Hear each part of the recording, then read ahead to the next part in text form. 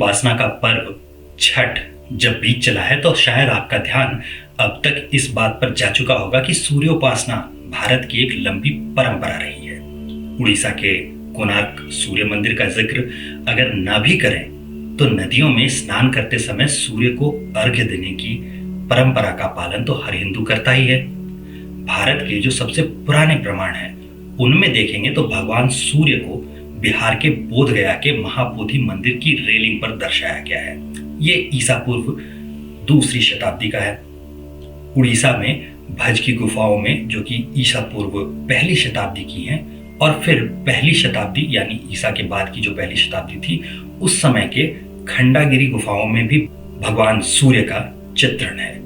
इनमें भगवान सूर्य एक पहिए वाले रथ पर सवार होते हैं जिसे 4 घोड़े खींच रहे होते हैं। इनके दाहिने हाथ में कमल होता है, बाएं हाथ में रथ की वल्गा और उनके दोनों ओर 2 स्त्रियां खड़ी होती हैं। ऐसे मूर्तियों में अगर दाहिने कोने में अंधकार के दानव के रूप में प्रदर्शन को भी देखा जा सकता है। ये बाद के जो पौराणिक काल के वर्णन थे उनसे बिल्कुल मिलता जुलता सा दिखेगा। इतना कह देने पर आपका ध्यान इस बात पर भी चला गया होगा कि जब मंदिरों की बात करनी थी तो भला ये तस्वीर कहीं इंटरनेट से लाकर चर्च की क्यों लगा रखी है। ट्विटर से मिली हुई ये तस्वीर ड्रेसडेन की है। मूल जो पोस्ट है उसका लिंक आपको नीचे डिस्क्रिप्शन में मिल जाएगा। अंग्रेजी में लिखी गई थी। ये जो चर्च है ये पिछले 20 वर्षों में ही बनकर तैयार हुई है। कभी इस शहर को जर्मन वास्तुकला के लिए जाना जाता था, फिर द्वितीय विश्व युद्ध हुआ और अलाइड फोर्सेस की बमबारी में ड्रेसडेन को भी तबाह कर दिया गया।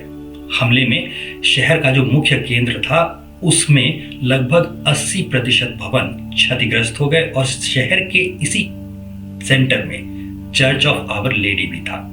दशकों तक ये इमारत उसी टूटे फूटे हाल में पड़ी रही। पूर्वी जर्मनी की कम्युनिस्ट सरकार ने इसे फिर से बनाने से मना कर दिया। किसी के इतिहास, किसी की विरासत से कम्युनिस्टों को क्या लेना देना। युद्ध के खिलाफ एक स्मारक है, इस तौर पर इसे 50 वर्षों तक छोड़ दिया गया। फिर एक दिन बर्लिन की दीवार गिरी, कम्युनिस्टों का शासन गया और लोगों ने फिर से इस चर्च को बनवाने के प्रयास शुरू कर दिए। काम 1993 में शुरू हुआ और एक एक ईंट, एक एक पत्थर की तलाश शुरू हुई। मलबे के ढेर में पड़े हुए हर कंकड़ को चुन लिया गया और ले जाकर जांचा गया।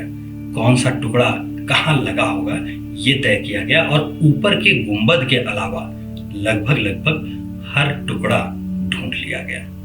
पुरानी तस्वीरों से मिलान किया गया और जैसा कभी ये चर्च रहा होगा वैसा ही एक नया चर्च बना दिया गया।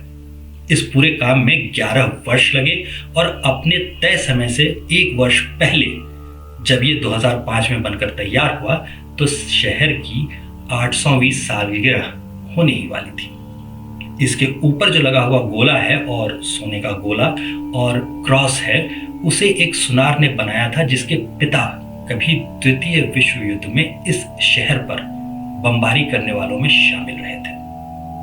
ये चित्र देखते ही मुझे मार्तंड का सूर्य मंदिर याद आया। सिकंदर बुतशिकन के हुक्म पर उसकी फौजों ने 2 साल तक तोड़कर इस सूर्य मंदिर को नष्ट कर दिया था। लेकिन जैसा कि इस चर्च के अवशेष थे वैसे ही मंदिर के अवशेष तो आज भी हैं। अगर सोमनाथ बार बार बन सकता है, किसी ऊबड़ खाबड़ जमीन को समतल करके राम जन्मभूमि मंदिर को बनाया जा सकता है तो फिर मार्तंड सूर्य मंदिर फिर से क्यों नहीं बन सकता। हम पर कौन सी हुबैदिया की संधि लागू है जो हम अपने टूटे धर्मस्थलों को पुनः बना नहीं सकते। अब तो कश्मीर में 2 विधान 2 निशान वाली बात भी नहीं रही।